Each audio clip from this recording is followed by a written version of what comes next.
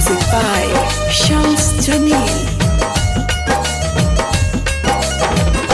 पुण्य भूमि भारत अपन देश, बहु परिधान विविध परिवेश।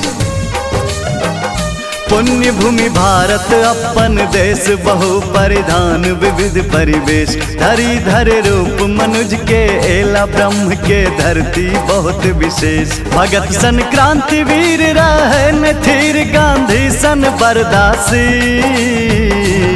सौभाग्य हमर जे जन्म ले लो हम, भारत माँ के कोर पे लो हम। धन्य हम भारत के वासी, धन्य हम भारत के वासी, धन्य हम भारत के वासी, धन्य हम भारत के वासी।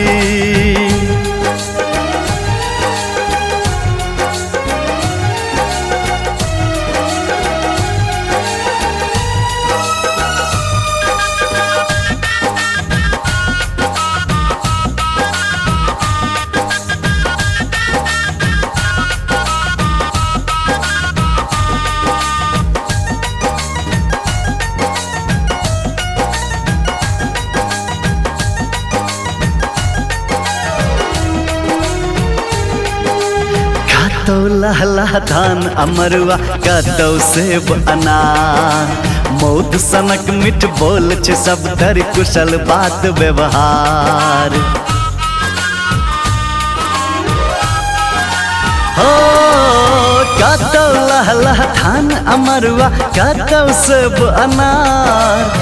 मौध सनक मिठ बोल छै, सब तर कुशल बात व्यवहार। एतेक भेला कलम दुनिया में छै हिनकर नाम, विवेकानंद सन सन्यासी।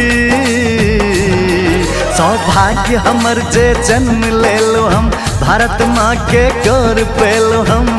धन्य हम भारत के वासी, धन्य हम भारत के वासी, धन्य हम भारत के वासी, धन्य हम भारत के वासी।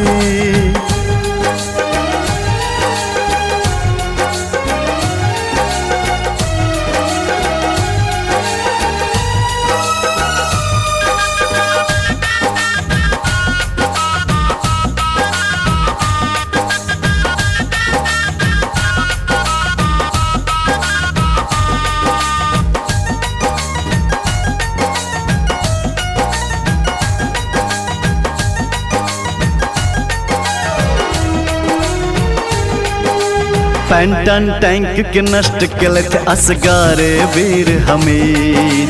बेर बेर परदेशक खातिर भेलथ कतक शहीद।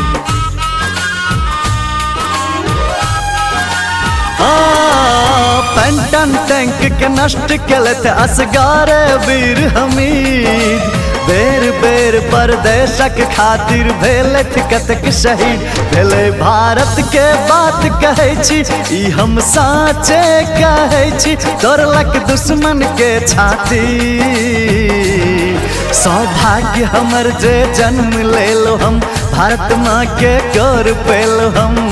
धन्य हम भारत के वासी, धन्य हम भारत के वासी, धन्य हम भारत के वासी, धन्य हम भारत के वासी।